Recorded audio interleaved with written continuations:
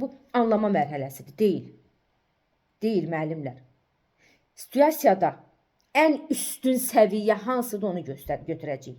İstəyir versin, məsələn, situasiyada verə bilər ki, belə verə bilər ki, şagird mətnə münasibət bildirir və ona uyğun nümunələr göstərir.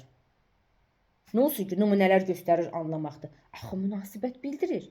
Şagird dəyərləndirmə mərhələsindədir. Sən sanki əgər onu anlamaq kimi götürürsənsə, sanki şagirdi o qalxıb 5-ci mərtəbədən vurursan yerə.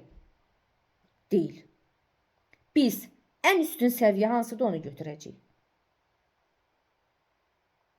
İstəyir onu nümunə göstərməyi əvvəl versin, istəyir sonra versin. Məsələn, başqa bir situasiya deyim sizə. Şagird ismin tərifini sadalayır, ismin tərifini deyir və ona uyğun nümunələr göstərir.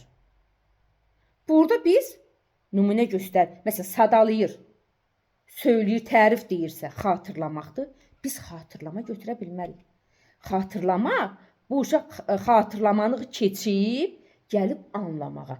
Xatırlamaq anlamaqdan aşağıda durduğu üçün, anlama ondan üstün səviyyə olduğu üçün biz anlama mərhələsini götürəcəyik.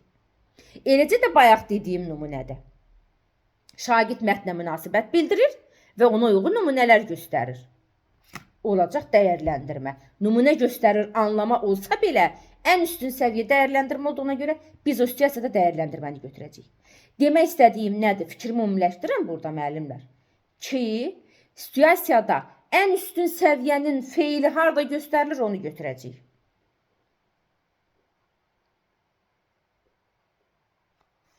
Və